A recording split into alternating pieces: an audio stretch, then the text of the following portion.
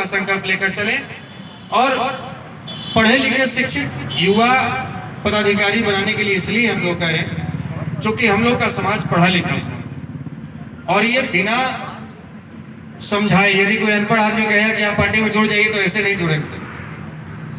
5 आदमी बैठे हुए हैं, ताश खेल रहे हैं और वहां जाकर कोई कम समझ वाला व्यक्ति कहे कि चलिए राष्ट्रीय जनता पार्टी में जुड़िए, तो वहां गलती से कोई रिटायर्ड मास्टर साहब मिल गए तो तुरंत ही पूछना शुरू कर देंगे तुम्हारी पार्टी की विचारधारा क्या है, क्यों तुम्हारी पार्टी में हम आए, बाकियों से अलग कैसे हैं। तो ये सब चीज समझना चाहिए, हमारे पदाधिकारी को समझ में आनी चाहिए, क्योंकि वो खुद समझेगा तभी अगलों को समझाए। और इस प्रकार से हम लोग कुछ लोकसभा को चिन्हित किए हैं बिहार में, खास करके वैसे लोकसभा जो सीटें कभी हमारी हुआ करती थी।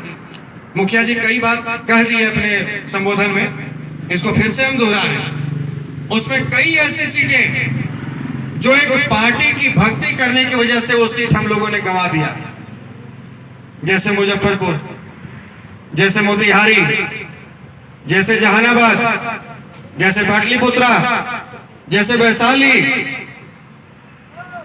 ये तमाम लोकसभा सीटें हमारे कोटे में हुआ करती थी, यानी कि 9 लोकसभा सीट हमारे कोटे में थी, अब 3 पर सिमट गए हम, नवादा, बेगूसराय और मुंगेर।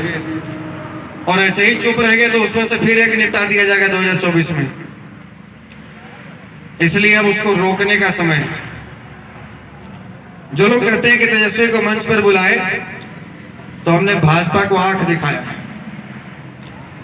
कि आप जो हमको इग्नोर करके चल रहे हैं, आप ये जो मान रहे हैं कि हम आपके बंधुआ मजदूर हैं, आप लात भी मारेंगे तो आपकी पार्टी छोड़कर नहीं जाएंगे, आप ये जो मान रहे हैं कि इसको उचित भागीदारी और सम्मान नहीं भी देंगे तब भी हमारी पार्टी छोड़कर नहीं जाएगा, तो इस भ्रम से बाहर निकलिए। यदि आप हमारे इज्जत के साथ खिलवाड़ कीजिएगा तो आपको हराने के लिए आपके दुश्मन के साथ भी हाथ मिला सकते हैं।